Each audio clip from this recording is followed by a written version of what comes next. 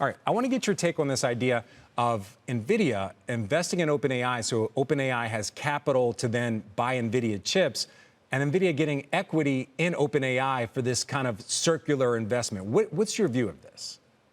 I mean, if you are Jensen, it is brilliant. It's a great way, and really for Sam and OpenAI too, to be able to say, hey, look, people are buying our chips. People, OpenAI can say, hey, look, we're getting that new investment that everybody's worried about because they know how much money, how high our burn rate is against relatively low revenue. So it works for everybody kind of in that circle. Does it really create a lot of value outside of that? I guess that's for the shareholders to respond to. And it seems like they're saying yes. Okay. You cite Sam Altman calling AI a bubble just a few weeks ago. There's also a new report out from Bain's, their research. This is their research forecasting that AI companies are going to see an $800 billion revenue shortfall by 2030, less than 5 years away. Are there real concerns that there's a bubble, not because of this deal necessarily, just because of the growth of some of these companies, the money pouring into them? I mean, there is, even if AI transforms everything, there's a total addressable market for transforming everything. Yeah, absolutely. And we're seeing this, right? Not in AI yet, but we're seeing it outside of AI, which is that, people used to be able to jump on earnings calls and say, we're using AI and their stock would go up. And now we're seeing that they're making investments into AI in enterprise. And then the shareholders are looking at these non-AI companies and saying, where's the ROI? And so I do think that we'll see a pullback on enterprise. I think when it comes to consumer, one, the consumers are incredibly fickle.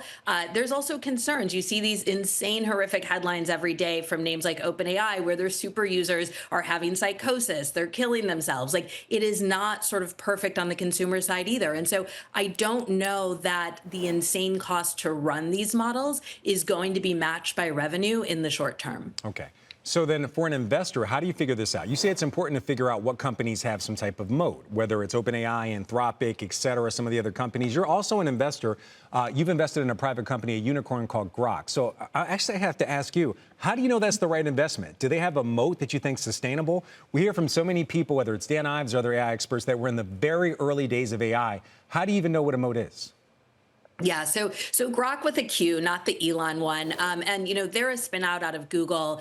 They build tensor processing units, they build chips, and so when you look at NVIDIA, you look at how big the space is, and you look at how hard it is to really break through and be credible in that space. We think that Grok has an amazing opportunity, and the market seems to agree. They just raised at a $7 billion valuation. Where I think more of the concern comes in is the Anthropics, the Groks with a K, the OpenAIs, because those underlying products aren't super differentiated from the Geminis of the world at Google.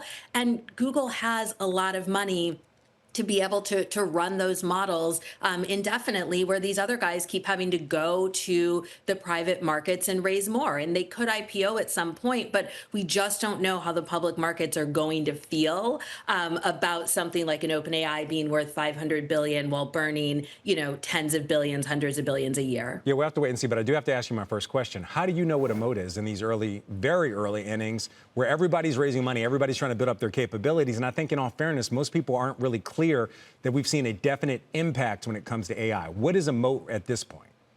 I think, for me at least, I think it has a lot to do with the IP. What are they building? Do they have actual protections around it? A lot of people in tech are not big fans of patents. I like them. I think that in this more technical space, you need them. And so, that's what I'm looking for. When you look at DeepMind originally at Google, they had a huge moat. They wrote, the paper that sort of launched AI into this space, and that's paid off very, very well for Google. Now that Anthropic and OpenAI, you have some of the same authors of those papers with sort of that same knowledge base.